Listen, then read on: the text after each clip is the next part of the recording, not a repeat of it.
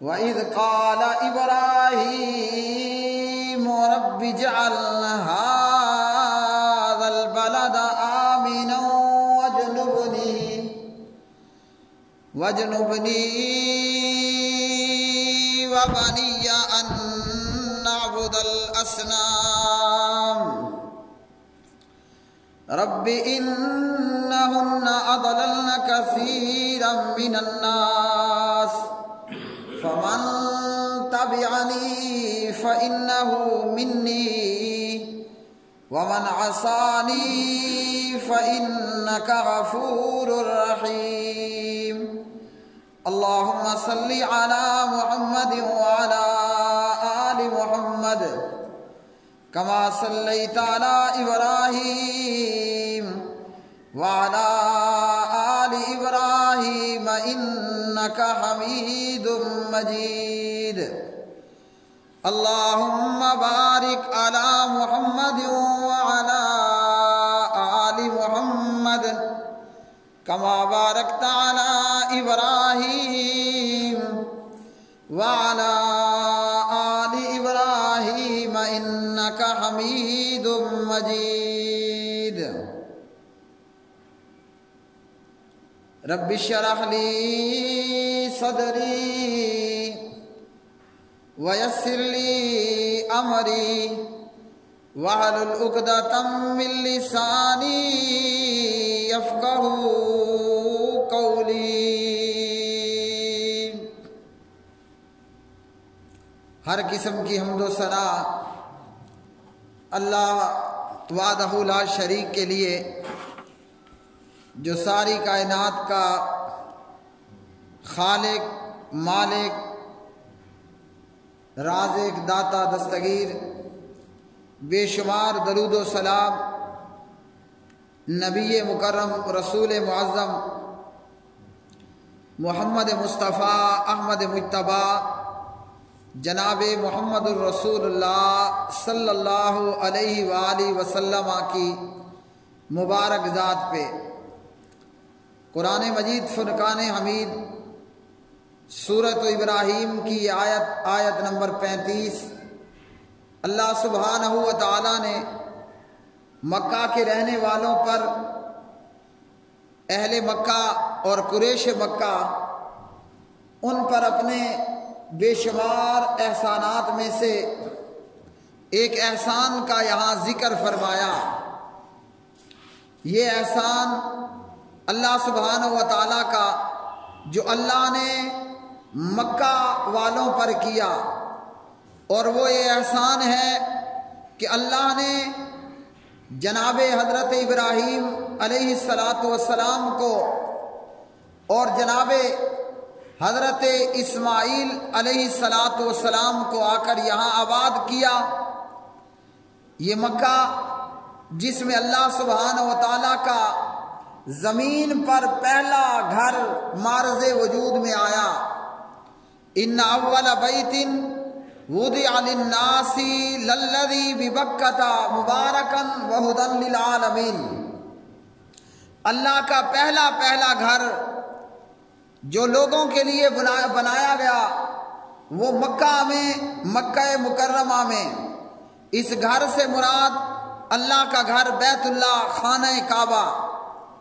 زمین پر اللہ سبحانہ و تعالیٰ کا پہلا گھر وہ بیت اللہ ہے، وہ خانہ کعبہ ہے جو مکہ میں ہے۔ اور جناب ابراہیم علیہ السلام نے اپنے لخت جگر جناب حضرت اسماعیل علیہ السلام کے ساتھ مل کر بیت اللہ کو تعمیر کیا۔ یہ مکہ والوں پر بہت بڑا احسان کہ اس وجہ سے یہاں آبادی ہوئی اور لوگ جوگ در جوگ یہاں اس طرف کھینچے چلے آئے۔ تو اللہ رب العالمین نے فرمایا کہ جب ابراہیم نے کہا اے میرے رب، وَإِذْ قَالَ إِبْرَاهِيمُ رَبِّ اجْعَلْ، جب ابراہیم علیہ السلام نے کہا کہ اے میرے رب اس شہر کو امن والا شہر بنا، رب اجعل هذا البلد آمنا، اس شہر کو امن والا شہر بنا دے۔ اور ابراہیم علیہ السلام نے دعا کی وَجْنُبْنِي وَبَنِيَّ أَن نَعْبُدَ الْأَصْنَامَ، مجھے اور میری اولاد کو بتوں کی عبادت سے بچا لے، مجھے اور میری اولاد کو بت پوجا سے بچا، بتوں کی پوجا سے بچا۔ تو اللہ کا اہل مکہ پر بہت بڑا احسان کہ جناب ابراہیم اور جناب اسماعیل علیہ السلام نے یہاں آ کر بیت اللہ تعمیر کیا اور اس جگہ کو آباد کیا، اور صرف آباد ہی نہیں کیا بلکہ اللہ سے یہ دعا بھی مانگی کہ اے اللہ اس شہر مکہ کو امن والا شہر بنا دے۔ اللہ نے اپنے خلیل جناب ابراہیم علیہ السلام کی دعا کو قبول کیا اور اللہ نے مکہ کو امن والا بنا دیا۔ حالانکہ آس پاس ڈاکہ زنی اور اس طرح کے دیگر بے شمار جرائم موجود، لیکن اللہ نے مکہ شہر کو امن والا شہر بنا دیا۔ اور ابراہیم علیہ السلام نے دعا کی کہ یا اللہ تو مجھے اور میری اولاد کو بت پوجا سے بچا کہ ہم بتوں کی پوجا کریں اور اللہ کے ساتھ اللہ کے شریک بنائیں۔ مکہ والوں کا یہ دعویٰ تھا کہ ہم بھی ابراہیمی ہیں، یہودیوں نے دعویٰ کیا کہ ہم ابراہیمی ہیں، عیسائیوں نے دعویٰ کیا کہ ہم بھی ابراہیمی ہیں۔ تو اللہ سبحانہ و تعالیٰ نے ایک تو اپنے احسان کا ذکر کیا کہ اللہ نے مکہ والوں پر احسان کیا اور ابراہیم علیہ السلام نے آ کر اس شہر کو آباد بھی کیا اور اللہ سے امن و امان کی دعا بھی مانگی۔ اور یہ کہ اگر تمہارا دعویٰ ہے کہ جناب ابراہیم علیہ السلام کے تم پیروکار ہو اور ابراہیمی ہو اور قریش مکہ کو اولاد ابراہیمی ہونے کا فخر بھی حاصل ہے، تو پھر چاہیے یہ کہ جناب ابراہیم علیہ السلام کی پیروی کرنی چاہیے۔ کس طرح یہودیوں نے کہا اور عیسائیوں نے کہا کہ ہم ابراہیمی ہیں۔ سورہ آل عمران ہے، پارہ نمبر 3 ہے اور آیت نمبر 67۔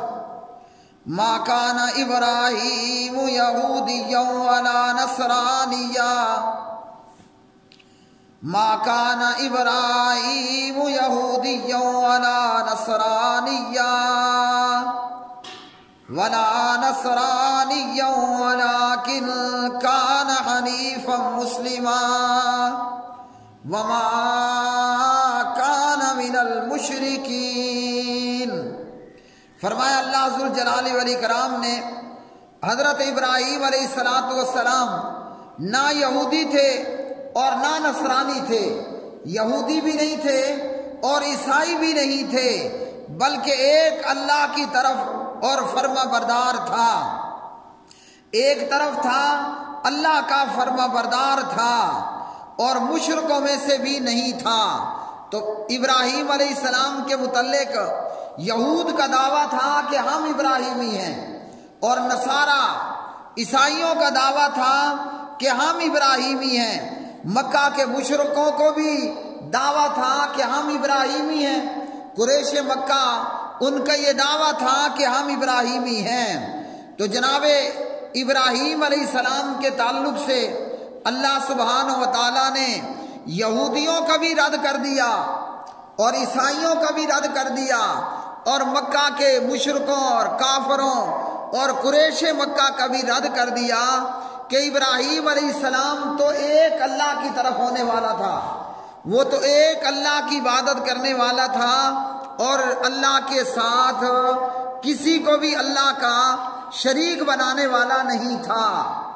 تو چاہیے تو یہ تھا اگر یہود ابراہیمی ہونے کا دعویٰ رکھتے تھے تو ابراہیم علیہ السلام کی ملت کی پیروی بھی کرتے، اگر نصارہ کو ابراہیمی ہونے کا دعویٰ تھا تو جناب عیسیٰ علیہ السلام کے یہ ماننے والے اور ان کے امتی ابراہیم علیہ السلام کی ملت کی پیروی کرتے، اور مکہ کے مشرکوں کا بھی حال یہ تھا کہ دعویٰ ابراہیمی ہونے کا اور بیت اللہ کے اندر 360 بت بنا رکھے تھے۔ اللہ کو چھوڑ کر یہ مکہ والے ان بتوں کو پوجتے، اللہ کی بھی عبادت کرتے، اللہ کو بھی پوجتے، اور اللہ کی پوجا میں ان 360 بتوں کو بھی پوجا کرتے تھے، ان کی عبادت کرتے تھے۔ حالانکہ جناب ابراہیم علیہ السلام کے تعلق سے دعوے دار ہونے والوں کو چاہیے یہ تھا کہ نہ تو یہود عزیر کو اللہ کا بیٹا بناتے، اور نہ نصارہ عیسیٰ علیہ السلام کو اللہ کا بیٹا بناتے، اور نہ مکہ کے مشرک بیت اللہ میں 360 بت رکھتے۔ یہ عجیب معاملہ تھا کہ ابراہیمی ہونے کا دعویٰ بھی ہے اور اللہ کے ساتھ شرک بھی ہے، اور اللہ الرحمن الرحیم کا انکار بھی کرتے۔ یہودیوں اور عیسائیوں نے کس طرح اللہ کو چھوڑ کر غیر اللہ کو پوجا، اور اللہ کی عبادت کے اندر، اللہ کی الوہیت کے اندر، اللہ کی ذات کے اندر دوسروں کو شریک بنایا۔ وقالت اليهود عزير ابن الله وقالت النصارى المسيح ابن الله۔ یہودیوں نے کہا کہ عزیر اللہ کا بیٹا ہے۔ قصہ یہ ہوا کہ اللہ نے جناب عزیر علیہ السلام کو موت دی۔ کتنے وقت کے لیے موت دی؟ سورۃ البقرہ پارہ نمبر 3 ہے، فَأَمَاتَهُ اللَّهُ مِئَةَ عَامٍ۔ اللہ نے جناب حضرت عزیر علیہ السلام کو پورے 100 سال موت دی۔ آج لوگ یہ کہتے ہیں کہ پیغمبر فوت نہیں ہوتا اور پیغمبر کی وفات اور ممات نہیں ہوتی۔ قرآن مجید خود فرما رہا ہے فَأَمَاتَهُ اللَّهُ مِئَةَ عَامٍ۔ اللہ نے جناب عزیر کو 100 سال موت دی۔ ثم بعثہ، پھر اللہ نے عزیر علیہ السلام کو زندہ کر دیا۔ اب اللہ سبحانہ و تعالی جناب عزیر سے پوچھتے ہیں کم لبثتا، یہاں تو کتنی دیر ٹھہرا؟ جناب عزیر جواب دیتے ہیں لبثت یوما او بعد یوم، میں کوئی ایک دن یہاں رہا ہوں گا یا دن کا بھی بعض حصہ، پورا دن نہیں بلکہ دن کا کچھ حصہ یہاں رہا ہوں گا۔ اللہ وحدہ لا شریک نے فرمایا بل لبثت مئۃ عام، بلکہ تو یہاں 100 سال رہا۔ تو اللہ نے عزیر علیہ السلام کو 100 سال موت دی۔ قصہ یہ ہوتا ہے کہ حضرت عزیر 100 سال بعد زندہ ہو گئے۔ اب قریب کی بستی میں جا کر جناب عزیر نے کہا کہ میں عزیر ہوں۔ لوگوں نے کہا کہ عزیر پیغمبر تو سالوں ہو گئے، وہ تو فوت ہو چکے ہیں، آپ کیسے عزیر ہیں؟ حضرت عزیر جواب دیتے ہیں کہ میں عزیر ہوں، مجھے اللہ نے 100 سال موت دی اور زندہ کر دیا۔ وہاں اس بستی کے اندر ایک بڑھیا رہتی تھی جس کی عمر 100 سال سے بھی اوپر تھی۔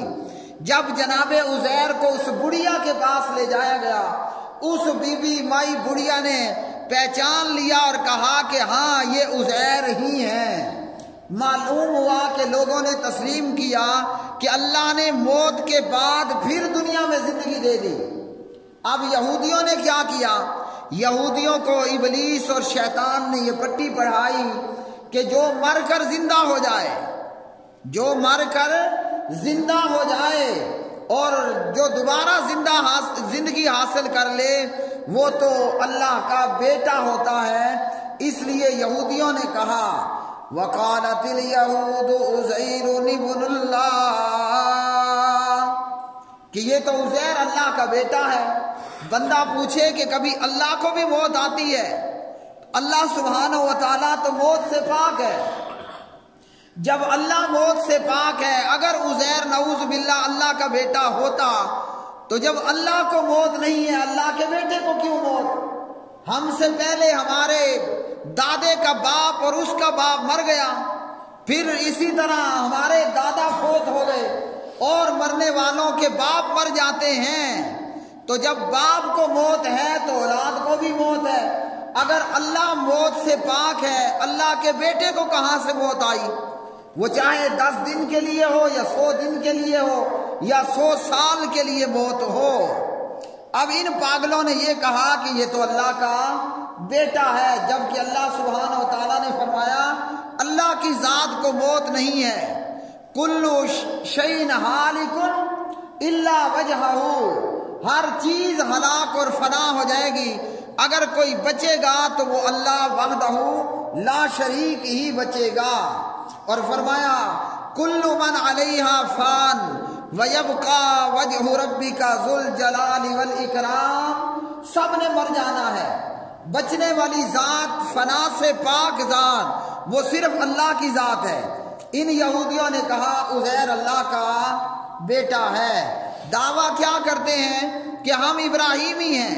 اب انہوں نے اپنے دعوے کے برعکس اللہ کے بندے عزیر کو پوجنا شروع کر دیا۔ اسی طرح نصارہ نے کیا کہا، عیسائی کہنے لگے وقالت النصارى المسیح ابن اللہ، عیسائیوں نے کہا کہ عیسیٰ علیہ السلام اللہ کے بیٹے ہیں۔ ان کو دھوکہ کہاں سے لگا؟ ان عیسائیوں کو دھوکہ شیطان نے یہ دیا کہ جناب حضرت مسیح علیہ السلام چونکہ بغیر باپ کے پیدا ہوئے، لہذا تم کہہ دو کہ عیسیٰ علیہ السلام اللہ کا بیٹا ہے۔ حالانکہ ان بے وقوفوں سے کوئی پوچھے کہ آدم علیہ السلام کی تو نہ ماں تھی نہ باپ تھا، تو پھر جناب آدم علیہ السلام تو عیسیٰ سے نعوذ باللہ بڑے اللہ کے بیٹے ہوئے۔ تو ان لوگوں کو شیطان نے یہ دھوکہ دیا۔ اور اسی طرح مزید ان لوگوں نے کیا کیا، اتخذوا احبارهم ورهبانهم اربابا من دون الله والمسيح ابن مريم وما امروا الا ليعبدوا الها واحدا۔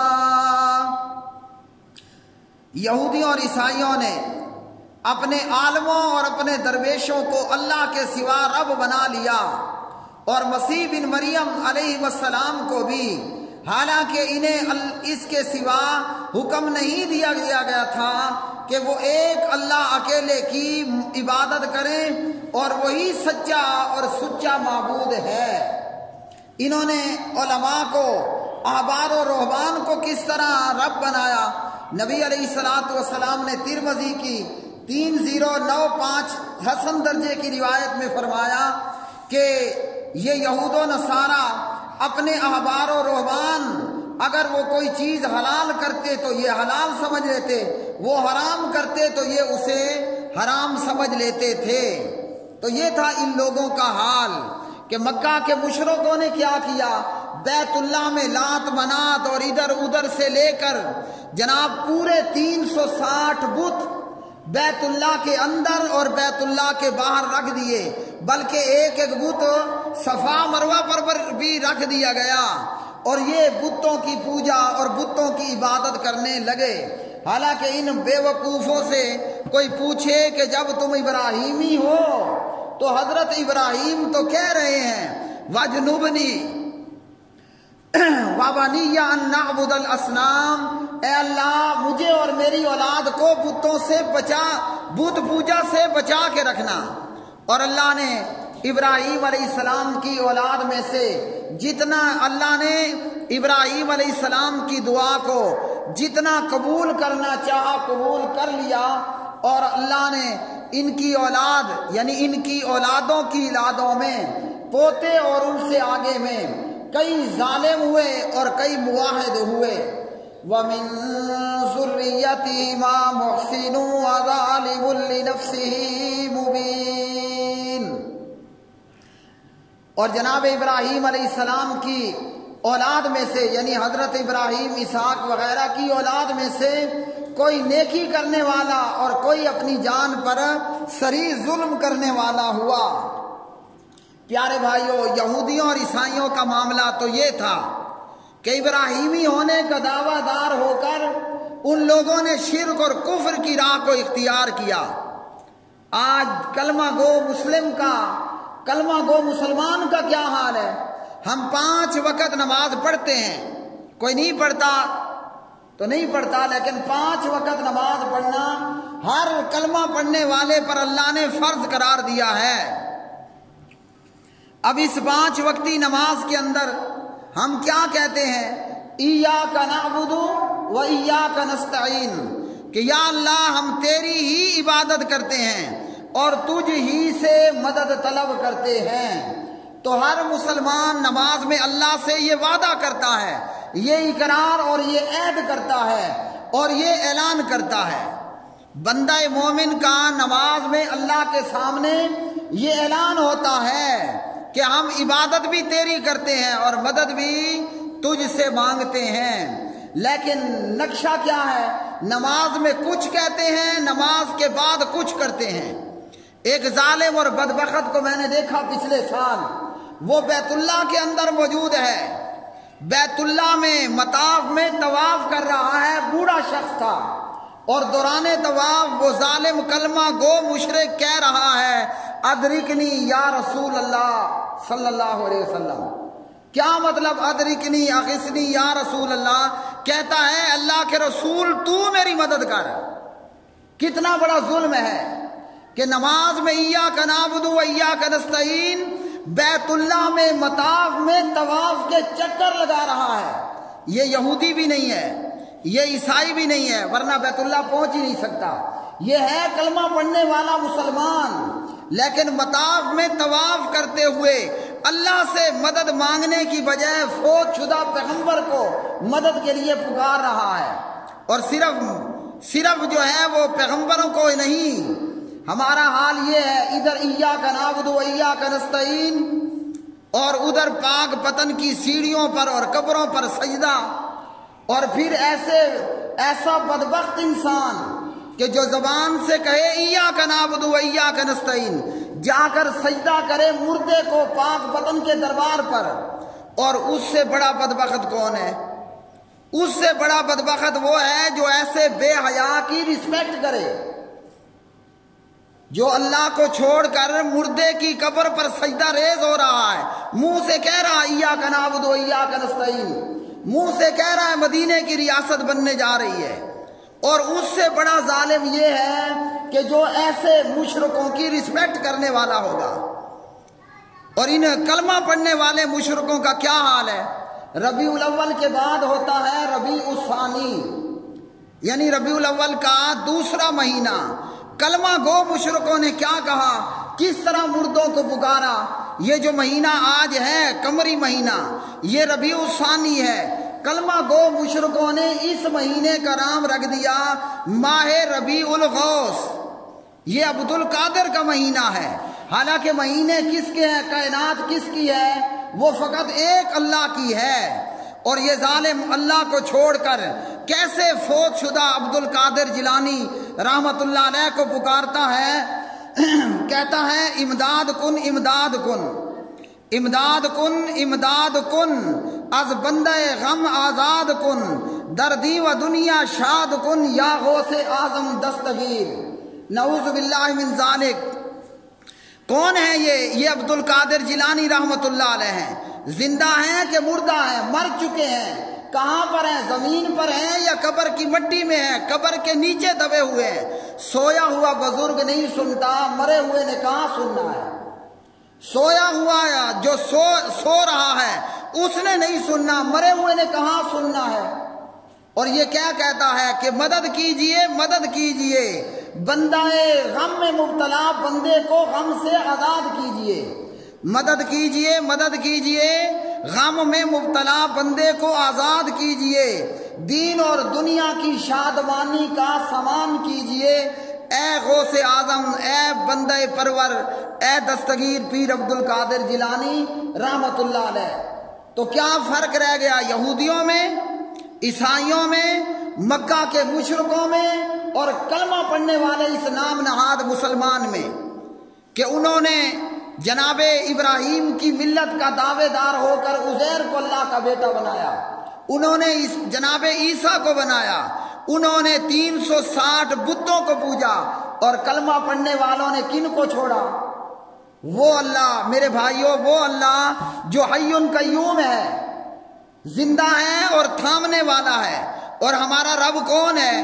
لا تاخذہ سنۃ ولا نوم، ہمارے پروردگار کو نہ نیند آتی ہے نہ اونگ آتی ہے۔ اب اس جیتے جاگتے اللہ کو چھوڑ کر مردے کو پکارنا، کیا یہ یہودیوں اور عیسائیوں اور مکہ کے مشرکوں سے کم کفر ہے؟ اللہ سبحانہ و تعالیٰ سے دعا ہے کہ اللہ وحدہ لا شریک ہمیں جناب ابراہیم علیہ السلام کی طرح حنیف بننے کی اور حنیفی بننے کی توفیق عطا فرمائے۔ اقول قولی ھذا استغفر اللہ لی ولکم ولسائر المسلمین والمؤمنین۔